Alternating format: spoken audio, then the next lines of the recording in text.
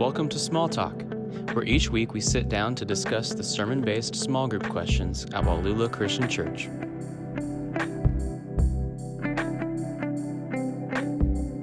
Hello and welcome back to Small Talk, Wallula's weekly podcast. My name is Zach Boland, student pastor here at Wallula Christian Church, joined by Craig, our worship pastor, and Lance, our lead pastor.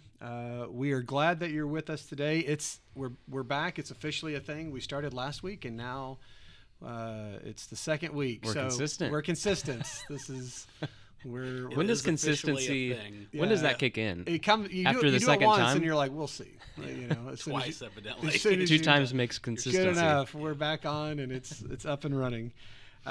We are continuing on in our series. We're going through the book of Acts, and in this series, it's called Cities, and we are looking at the city of Athens in Acts chapter 17, which I find really interesting because it's a different dynamic of people. Type of people. Demographic? Demographic, thank you. Anyway. All those words. Yeah, yes, I think they all work. They're different. That Paul is going to be talking to, and so we'll be looking at that. But like always, we start off with kind of a fun question, and it goes like this. You have been teleported to the Middle Ages. How would you make a living there? In the Middle Ages, Craig, we'll start with you. What would you do?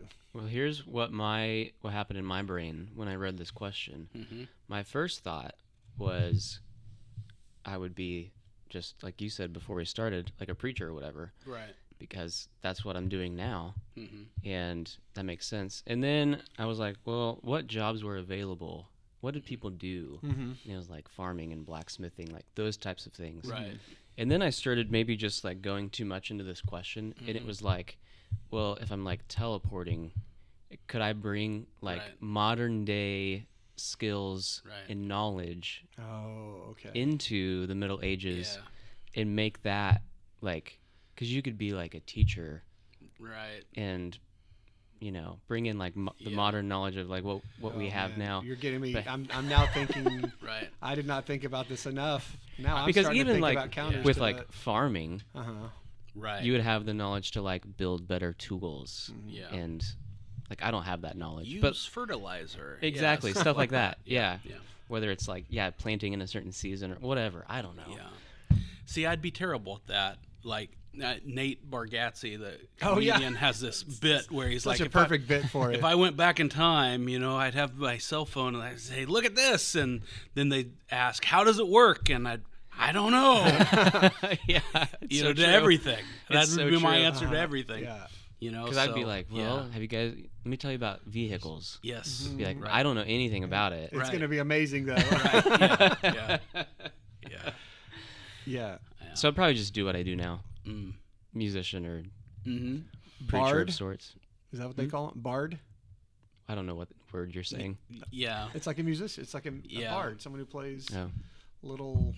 a mandolin. Yeah. The goes lute. around and sings. And the harp and lyre. Yeah. That's what I do. Court gesture. I would just put him down for court gesture. Go busking on the streets. There you go. Well, okay, so I'll tell you what I said, and then let me go back to what you said, because now I'm really questioning, because I was thinking you're teleported back to the Middle Ages, meaning like you're raised in the Middle Ages, and so what do I think I'd do? If I'm going back now, here's a problem. The language is different in the Middle Ages, even if it's English. Like you think about, you know, the King James, but even so, like it's even more so. Isn't the Middle Ages like when is the Middle Ages? 1300s? Something like that. I mean, even if we're saying this is English, it's not anything. It's Old English, and so it's like, oh well, I would just jump in as a stranger who doesn't know anyone, having no property or money or anything of value. You know what I mean? And then I'm just going to start doing. Like now I can't get past all the... It's like a Back to the Future situation. Yes. Like I could play some Johnny Be Good and blow their minds. But they'd be like, what is he saying? I don't, And And so now I'm like, well, we couldn't do anything then. I have to start from scratch. Because my thing was that if I grew up then, I looked up all the things and it was like top 20 occupations. And so it was like butcher, baker, stonemason, fisherman, farmer, cobbler, tanner, tax collector, blacksmith, soldier. I was like, okay. I just picked one of those. And I was like, well, I have no skill in any of these. And so what would I start off to it? And I said cobbler. It's like they make shoes. I'm like, I like to make like things. And anyway, like origami. Well, yes, actually, but it does involve like more sort of putting together, sure. and it's not so much like a tailor, which is head to toe, but like something like a shoe. Like I can get good at that one repetitive process. Anyway, not a great answer. I just said cobbler, but now that I'm going back to yours, I think I'd be a beggar. I can't speak. I have no connection to anyone. No one's going to give me their shop to train a 43-year-old apprentice who can't speak their language. I'd probably be burned as a witch. I'm speaking this random language, especially if you show up with a cell phone. Well, that's and and a teleporter. Apparently, I have this machine. I would have a sideshow of showing off my machine that apparently doesn't work and won't take me back. Yeah.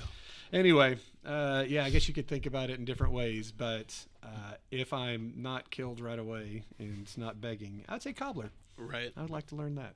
Yeah. So make some shoes. It's an honest living. Good answer. Yeah. Yeah. Yeah. I mean, I'm sure I'd be king or gonna run the place. They randomly just gave those to people. Yeah. No, I told you guys, I think they had preachers in the Middle Ages, and if you've ever seen Robin Hood, Friar Tuck, I look just like that guy. So I would be that guy. You know, he drinks more than me, typically, in those movies, I think. Typically. But, yeah. Well, that makes it seem like in some the weeks movies. maybe not so much. I thought I'd give him a run for his money. I meant in the movies, mostly I remember him partaking of jolly. the sacred wine Yeah. or whatever. Yeah. But that's probably the thing. Yeah, was Tuck his last name or his first name? Friar Tuck. I don't know. Friar Lance or Friar is Kaufman? like preacher, is pastor, or father, Friar whatever. Kaufman. Yeah, I don't know. Or a butcher from your list. Or a butcher. Yeah. Yeah, I could be a butcher. Yeah, they had tax collector on there, and it's still. I know it's like. Yeah. I'm used to the New Testament version, but you Yeah. always need them. Right. Still, I'm like, I don't want to do that. We still have those today. I know. Yes, that's true. Still going. But back then, it's like face to face, knocking on doors, collecting taxes. They'll eventually get face to face if you if you don't decide pay, just stop paying. Yeah. If you just decide to stop your van payment. That's right. Yeah, they'll find you eventually. Yeah.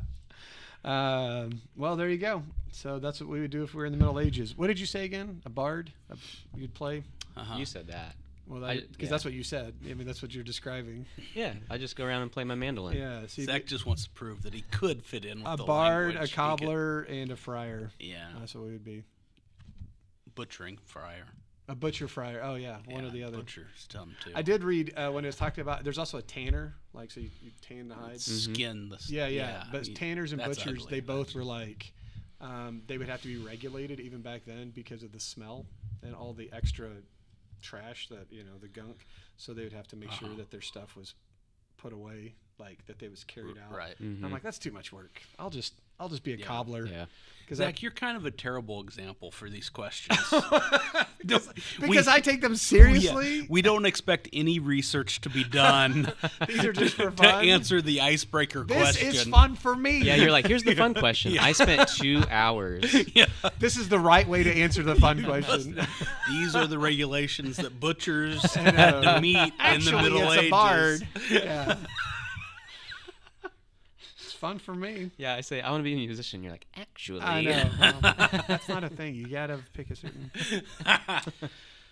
Anyway, I bet our viewers enjoy They do. my deep They dives do. on Oh, yeah. the They stuff. do. That's what brings the views in. That's right.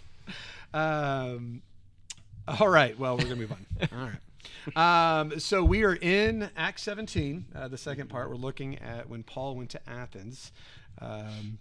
And what was interesting is, like, normally he goes to the synagogue and he's talking to Jews or maybe even the Gentiles, and he does that here in Athens. But the focus seems to be when he's talking to these Stoics and Epicureans, these intellectuals. It's the same place where we see Socrates and Plato, like about 300 or 400 years earlier. So in that same place. So what do you do? We haven't seen Paul really in an area where there's highly intelligent philosophers type people. And how does he engage there? And we're going to see sort of a different way that he engages besides just talking to Jews and Gentiles. So and we're looking at number 5 and number 6 in the small group questions. Number 5 says, how would you describe Paul's approach to the people of Athens? Were they believers or unbelievers? And how does Paul's approach differ from the discourse you hear in our world today? So how would you describe his approach, and how does that differ than what we see? Yeah. Well, they were for sure unbelievers, yes, right? Yeah. We can all answer I circled unbelievers. Unbelievers. So I think that was, I mean, this is like another instance we talked about last week, kind of trying to put yourself into Paul's shoes in his mind frame. And, part of, I guess, the difficulty of that is we're getting Luke's account of Paul's journeys. Right. And so it's a little bit of, you don't get like the personal touch of, if Paul were writing this, maybe we would know more about how he approached this situation or what he was thinking at the time. We do get verse 16, his spirit was provoked within him as he saw the city full of idols. And so right off the bat in the beginning of this passage, like obviously he's deeply troubled by what he sees as he's going through. He sees this population that has given themselves over and devoted themselves to false gods and idol worship. And I think just how quickly we see Paul react to that is like he does have like such a deep care for people to hear the gospel. Right. And so there's that piece of it. There's like an urgency there. And I think I was thinking about kind of like comparing this interaction to like that last part of the question of like the discourse we hear in the world today. I think sometimes we don't have that sense of urgency as much maybe. And Paul I've been thinking about this as we're going through these missionary journeys. Like we see it a little bit here when they kind of are like, what are you talking about? Like in a little bit of a way, it's kind of, he's preaching to like a blank slate of, they haven't heard the message of the gospel of Jesus and the resurrection, even maybe so like having specifically like this demographic, knowing the story of Yahweh of the Old Testament. Right. There's not even the Old Testament to point to. Because he keeps going into the synagogues to try to like put these pieces together, and that's why they erupt. But this is kind of like this blank slate. Whereas for us, it's part of our mission statement, the casual. We talk about that. Like in the United States, there's a pretty good chance that if you're going to start talking to someone about Jesus, if they don't go to church or if they say like they don't believe, they still seem to have some knowledge of who God is, or like they have an idea or who Jesus is or what he did. Right.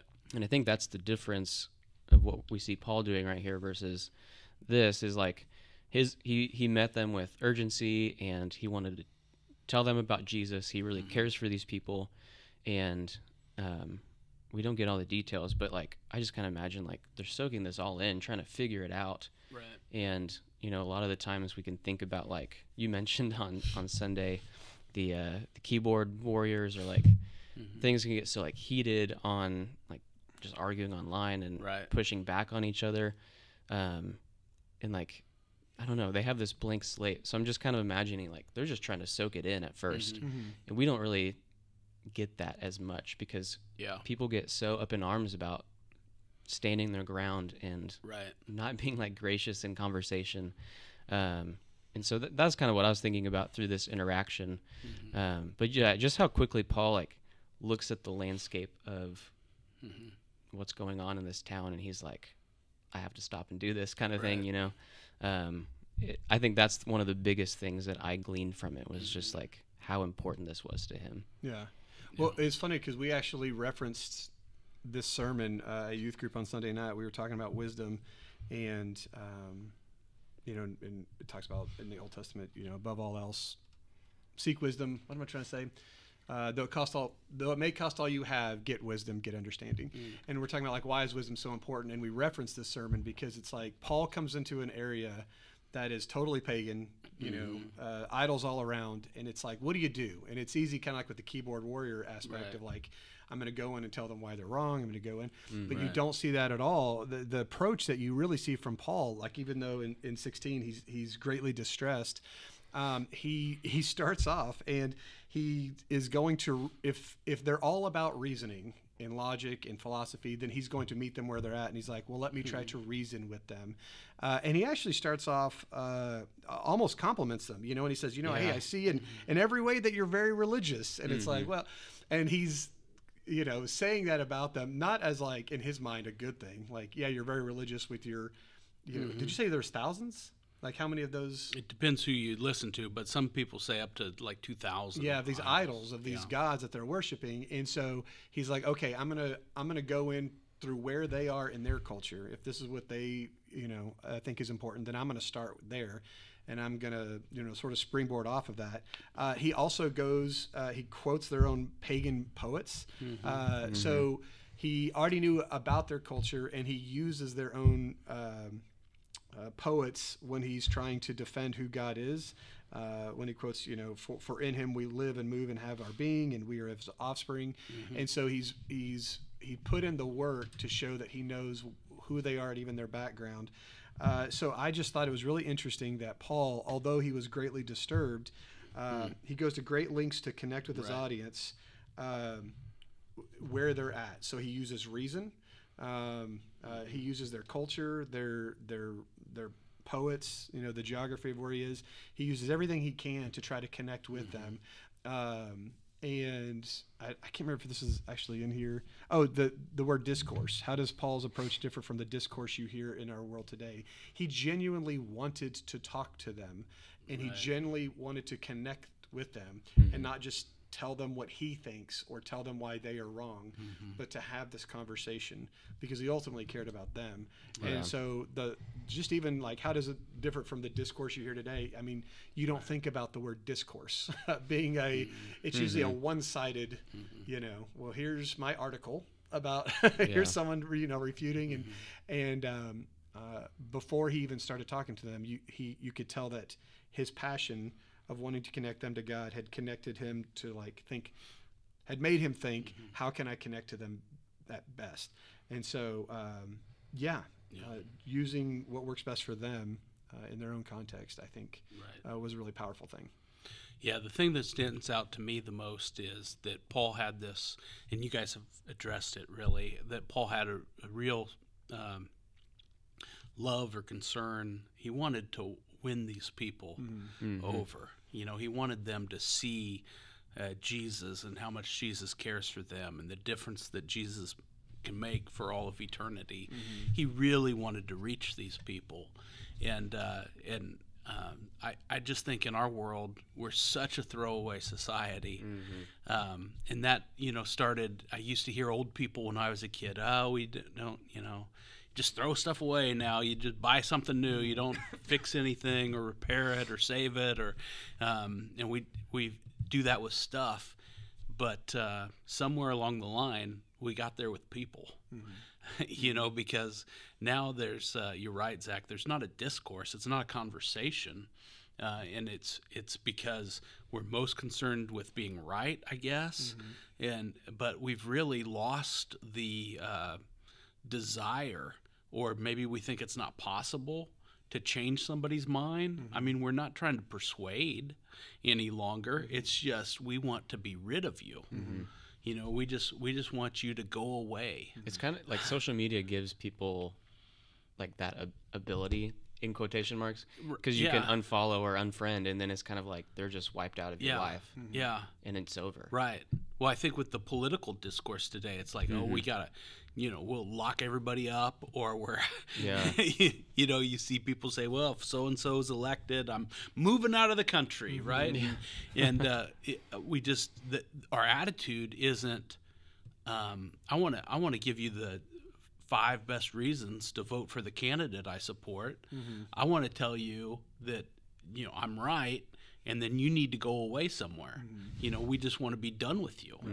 And I mean, that's the difference of the heart that Paul approaches these folks with, because it would be so easy. I mean, we could read this story, and after verse 16, Paul's spirit was provoked within him, and then he went smashing statues, right? And we'd say, oh, yeah, of course.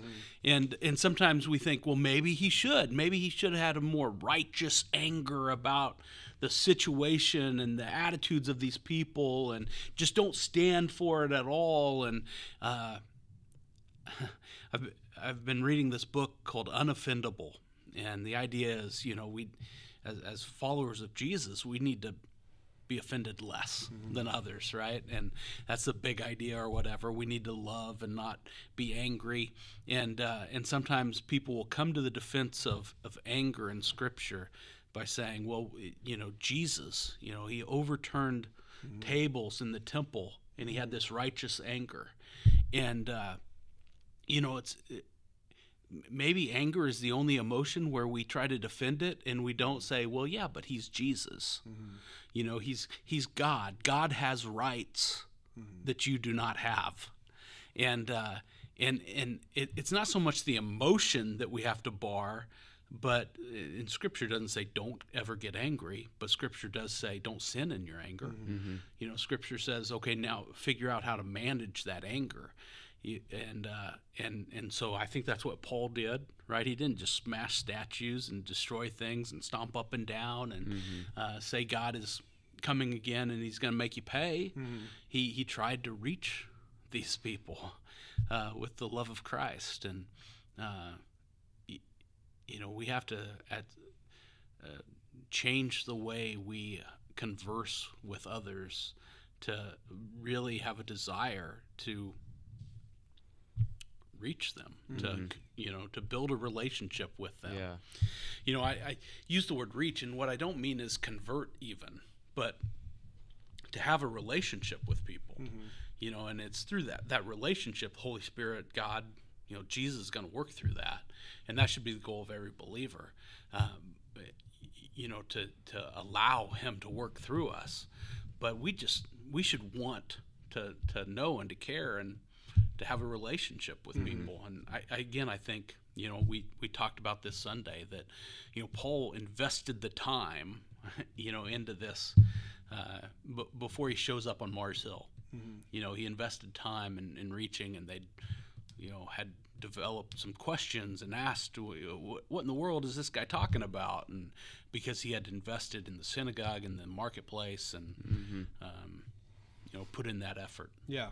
It is interesting too. I was thinking about his approach to these guys, and like you're just talking about building a relationship, but there in other times where we see Paul get kind of like upset, right, and show it. I think about in Galatians, where he does have a relationship with his audience, and he calls them out on stuff, and he's like, "You foolish Galatians," and even that, and then he tells a story in there about catching Peter in stuff, and he calls them out. But that's like he has their trust in the relationship already established. He's writing to church people, right? He's writing to the believers, and it's I mean, sometimes we'll say this, and I just think we have a really hard time living this with people who are far from God, folks outside of a saving relationship with Jesus. We sometimes feel like we need to start smashing their idols when we ought not be surprised that they have idols, right? I mean, why? If you didn't know Jesus, why wouldn't you live like that or do whatever it is, right? And I think Paul comes from a place where every one of us should, because we have a similar experience to some degree, to one degree or another, and that we can remember a time when we either didn't know Jesus or we were ignoring him, right? Every one of us has a story like that, where, okay, well, we're living for ourselves in this moment, whether we knew Jesus or not. And Paul had that moment, right? I mean, he was zealous in pursuit of destroying the church and stopping the way and being outside of Jesus and all in that life. Yeah. And so when he looks around at these folks who are all in and their life, you know, this pagan worship, they're thousands of idols, they're all in. Well, there's, you know, he's not surprised by that, and he's upset by it because he cares about those people, not because they're doing something wrong and then, outside of God. They were, but it was like I forgot to make the connection when I said I brought up your sermon when we were talking about wisdom, because it takes wisdom to know, you know, like, should I smash an idol, or you know, when do you do that?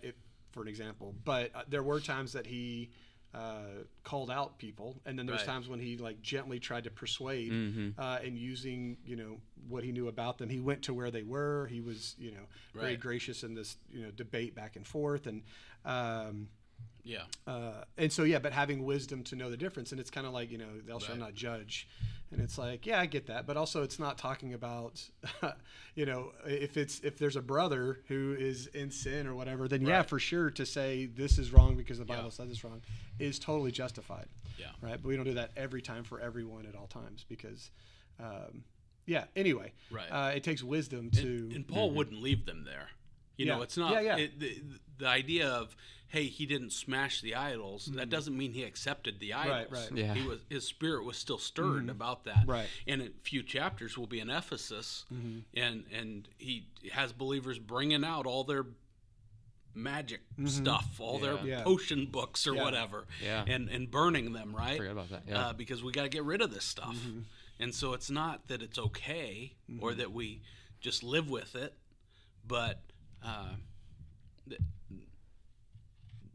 that we have to meet people where they are. Right. They have to make that decision. Bring Jesus, and Jesus loves us too much to leave us there.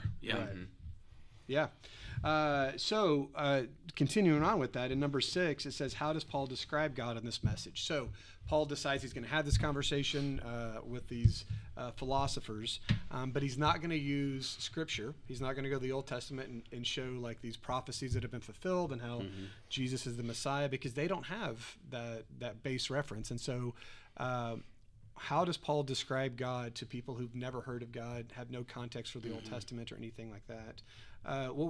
Craig, what were some of the things that stood out to you? Well, I just went down the list verse by verse and wrote either what Paul said or kind of like you've been talking about in their context.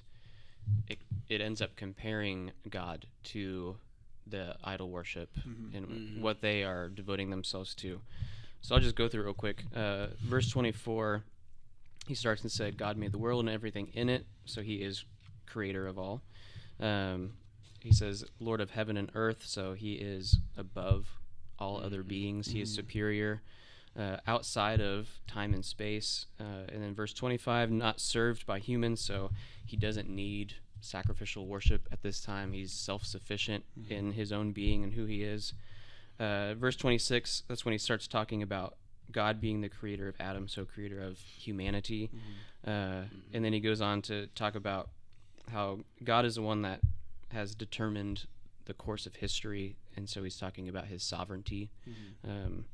27, talking about his omnipresence, but at the same time that he is a relational God.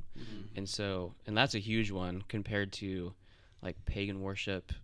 If you think about that, even throughout the whole Bible, it's like the false gods are like these gods you need to please in order for the right things to happen in your life.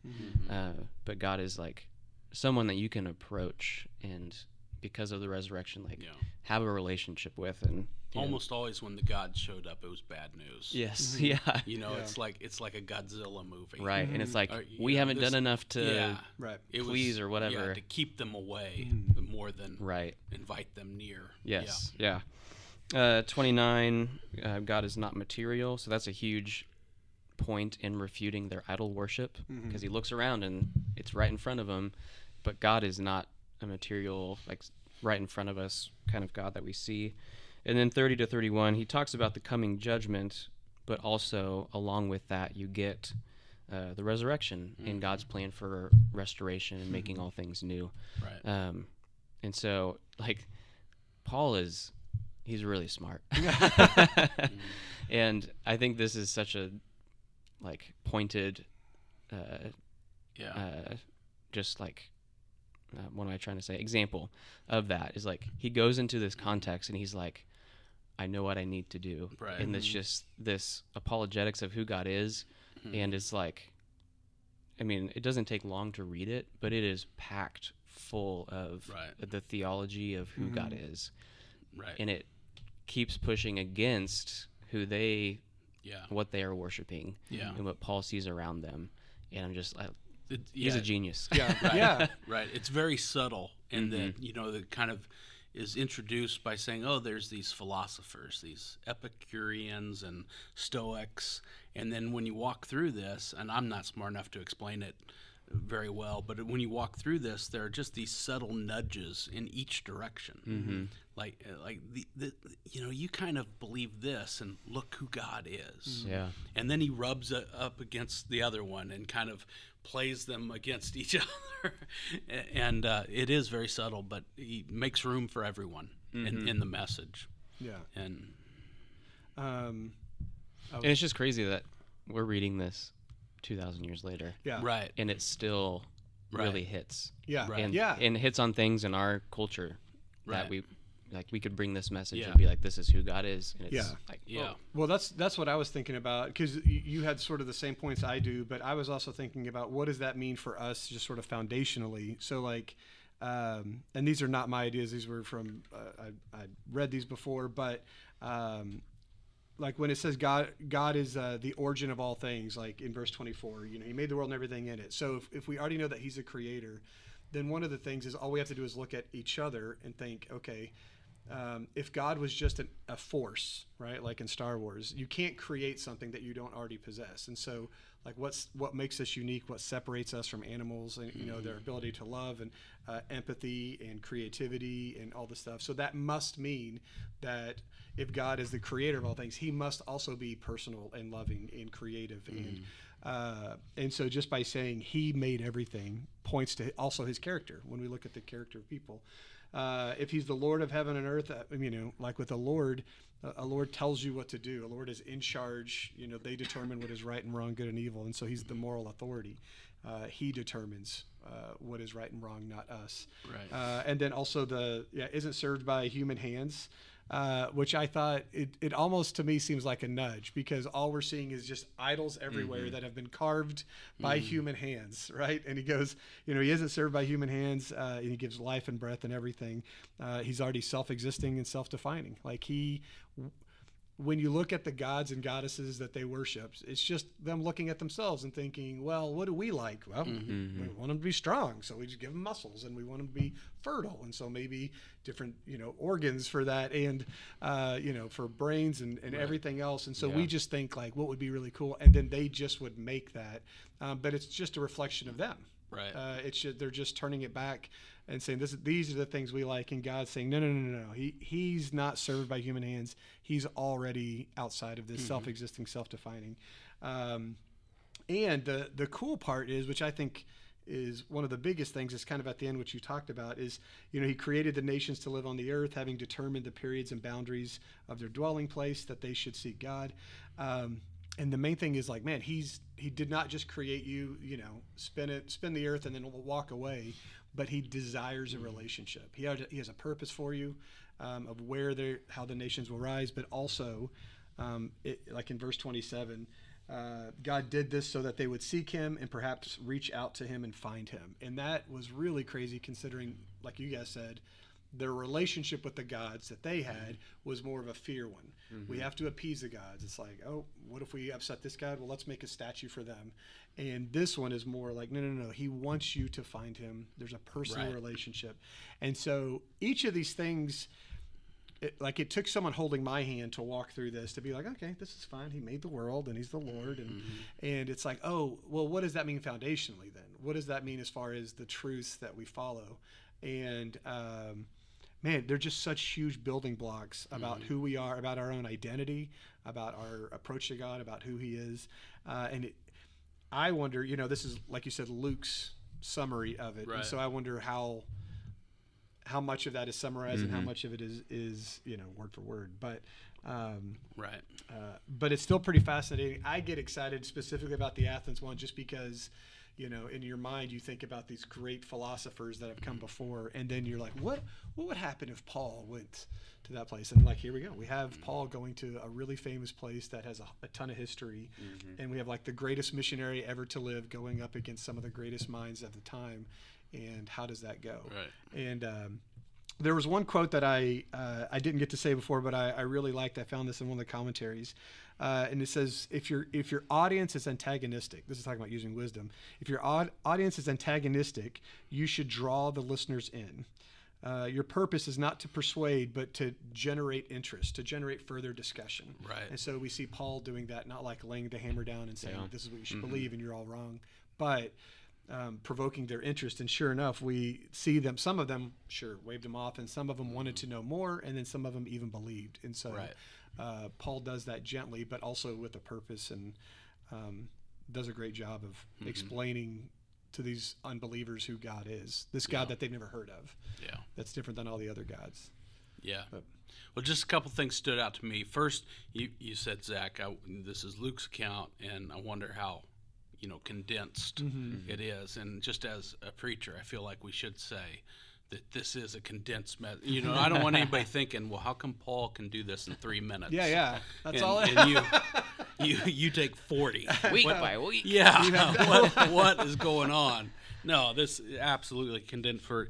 Anyway, the thing that stood out to me most is just as. Paul will eventually describe his ministry as that he became all things to all people. Right. Yeah. Right. And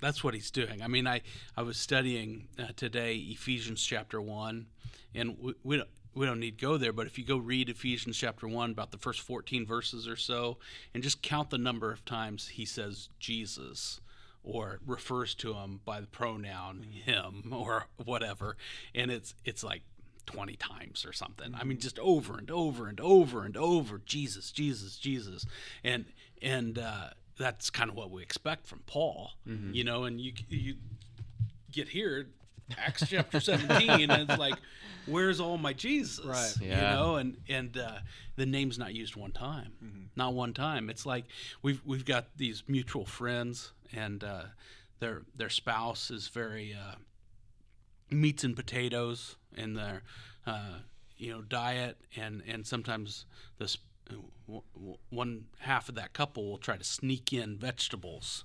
They've told us this story before, and grate up carrots or try to hide the peas in the whatever, the meatloaf, and just sneak it in.